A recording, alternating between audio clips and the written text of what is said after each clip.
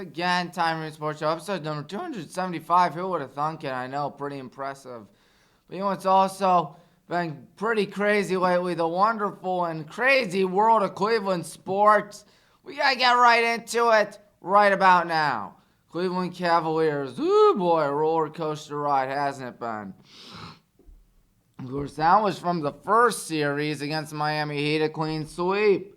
Of course, that picture right there.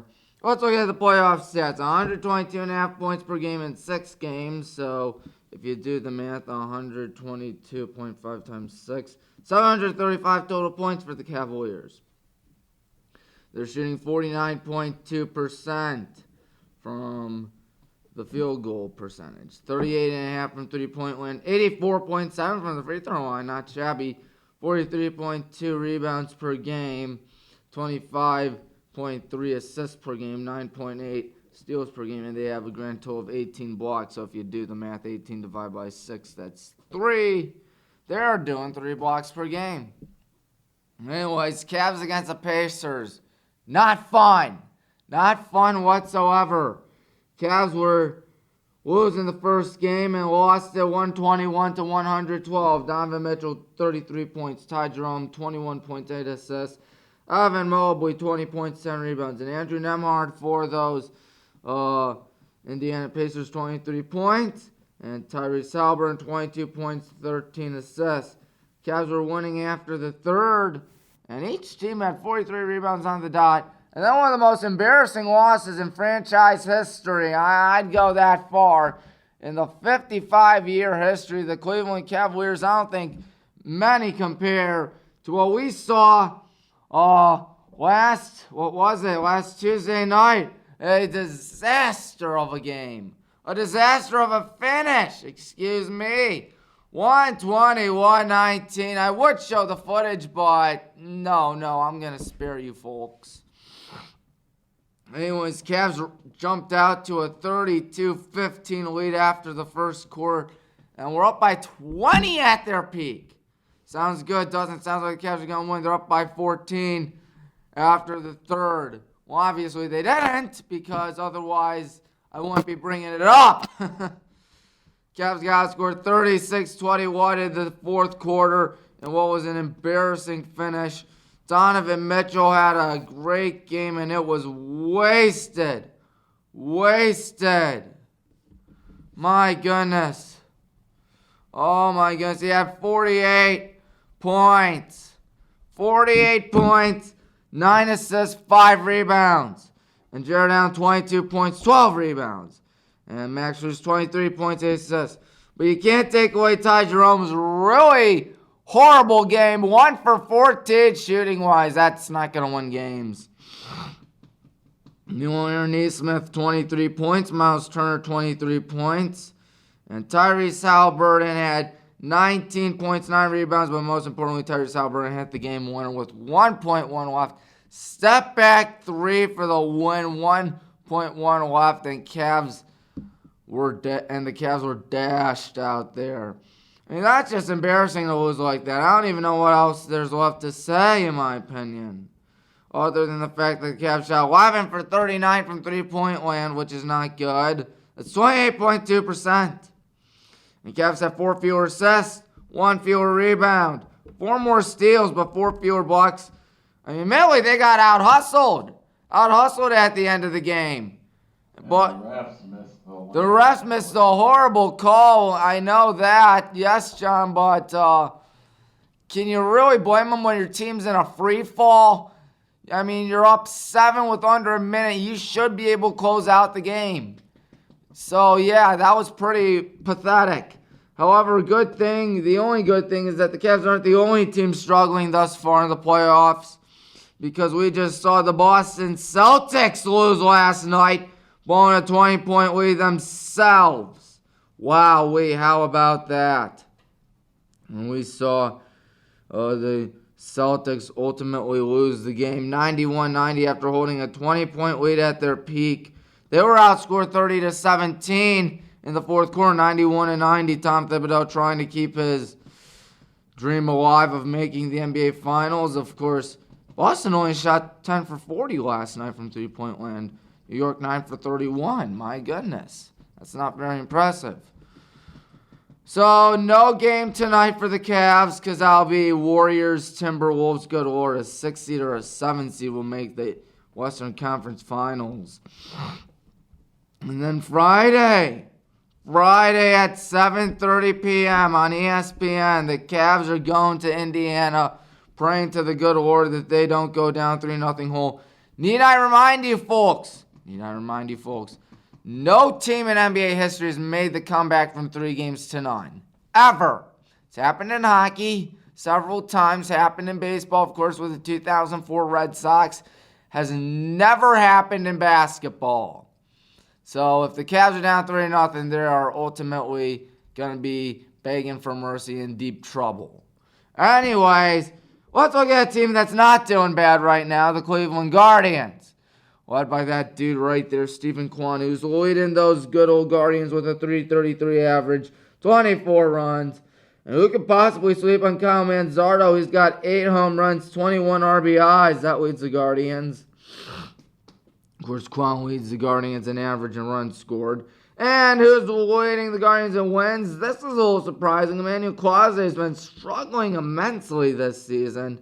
4 wins, though, and he's got 8 saves.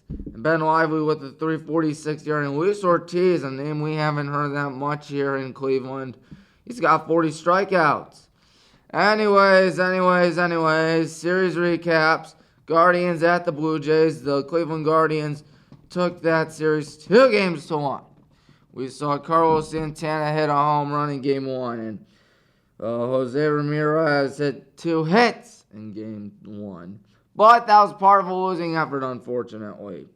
Game 2 looked like it was going to go in the way of another losing effort for the Cleveland Guardians. But then Daniel Schneemann, right out of nowhere, hits a home run. I think the 7th or 8th inning, I can always check. But that wasn't the story. He came up again, down to his last out. Things are looking rather bleak for the Guardians.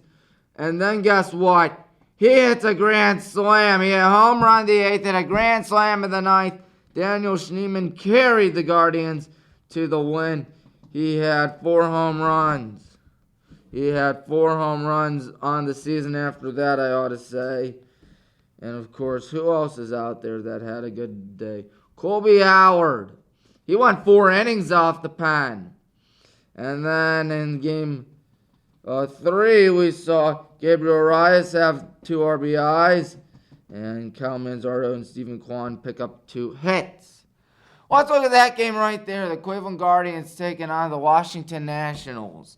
Yes, the Guardians won it. What else did you expect? Of course, one thing about Nationals Park is that the sky view or the camera of the outfield is always really high up there, in my opinion. But that's just me speaking. Anyways, Gabriel Arias 3 RBIs in Game 1, and Guardians scored 6 runs in the 7th inning of Game 1 and still lost. Always tough whenever that happens. Carlos Santana had a 3-run shot in Game 2. Of course, Game 1 was supposed to be played on Monday, but that game ultimately got rained out, so ultimately it became, a doubleheader. 3-run home run by Carlos Santana in Game 2. Ben Lively, who could possibly forget Ben Lively? He had 5.1 innings in Game 2. And I believe in this game right here, the Guardians weren't doing good for most of the game, and then ultimately things started clicking in the 6th inning when all 8 runs were scored in that inning. And the Guardians won 8-6, I believe. And used 8 pitchers, my word. How about that? Not every day you see 8 pitchers out there for the Cleveland Guardians, or anybody really. But yeah, 8-pitcher game. 8-6 was indeed the final, but looking at everything right here. Start off with Logan Allen, then Joey Quinto, then Tim Here, then Hunter Gaddis. And then after Gaddis came Matt Festa, then Kate Smith. Then after that was Colby Howard, and then Emmanuel Clase finishes that. Emmanuel Clase has been struggling immensely this season, I tell you. He's got a 5.51 ERA. He has 8 saves, though, and 4 wins, which lead the Guardians, so there is that. Hopefully the dude has what it takes to pick up the slack, hopefully. I mean, he was so dominant in the past. He was doing a dandy last year and the year before and the year before. And now all of a sudden he just can't find his rhythm. I mean, yeah, 8 saves, but 2 blown saves. He had 47 the year before, or last year, 44 the year before, 42 the year before. Manuel Clase is one of the best closers typically, but I think he'll pick it up. He can't be ice cold all day. He's got too much talent to be ice cold. What's coming up next for the Guardians, you might be wondering? Philadelphia, the Phillies on May 9th, 10th, and 11th, and then the Brewers May 12th, 13th, and 14th.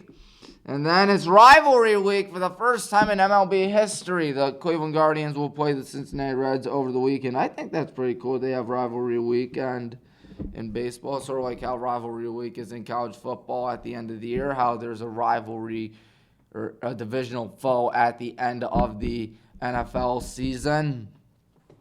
But anyways, the Guardians are in a tight race in the AL Central. Detroit's ahead by a game and a half. Kansas City's a half a game behind the good old Guardians. And who could possibly forget those Royals are on a 5-game winning streak and the Twins are on a 4-game winning streak. I mean, a lot of people said the AL Central wasn't that good. Well, what are they saying now? Because the White Sox, well, sure, the White Sox are doing what they usually do, i.e. 10-27 and lost 3 games in a row now. But everyone else otherwise in the division, not doing shabby, especially Detroit, Cleveland, of course, and Kansas City. The Guardians would be the number 1 wild card, Kansas City the number 2, and really the Oakland Athletics in wild card 3, not game 3. Of course, they are just nomads by now, the Athletics. They don't even have a city named after them, which makes me rather sad. But it is what it is, I guess. We'll see what happens out there in the future for the Cleveland Guardians. I think they can do it, folks. I think they can do it. But anyways, let's look at how many days until August 22nd. 106 days. Wowee. That's pretty impressive. We're almost there to high school football. Of course, the Hornets have Erie McDowell week 1. So that'll be entertaining in my books. We're going to Erie McDowell week 1. And of course, high school baseball is right now. It's heating up. It's being a lot of fun right now. The Hornets are doing a dandy. We are hopefully going to win the conference. We're 13-2, 10-0 in American Conference. But we got the Blue Devils at Talmadge today. That will not be broadcast here on YouTube because, well, BW. Wasn't even looking. BW, we got a softball tournament in the OAC Thursday, Friday, Saturday. So let's hope we can win it. I think we can win it. But looking at the Hornets' schedule, it's today against Talmadge, tomorrow against Avon Lake, Saturday against Stowe. The only days we get off in the rest of the season are Sunday and Wednesday. My goodness. And we only have 3 home games out of the next 8 games. My goodness, it's a long haul. It's a grind, folks. And we'll see if we can do it. I think we can do it. I hope we can do it. I know we can do it. Because Sunday will be the big day where we reveal the, baseball tournament. Of course, softball has been revealed. We'll look at that next week as well on behalf of baseball. Well, folks, I'm done for the week. Next week, once again, Cleveland Cavs. Hopefully, they'll still be alive. Cleveland Guardians. Hopefully, they'll be doing good. And high school baseball and softball. Because the tournaments are starting to come right around the corner, folks. Till next time, Timer, thank you for watching. Goodbye.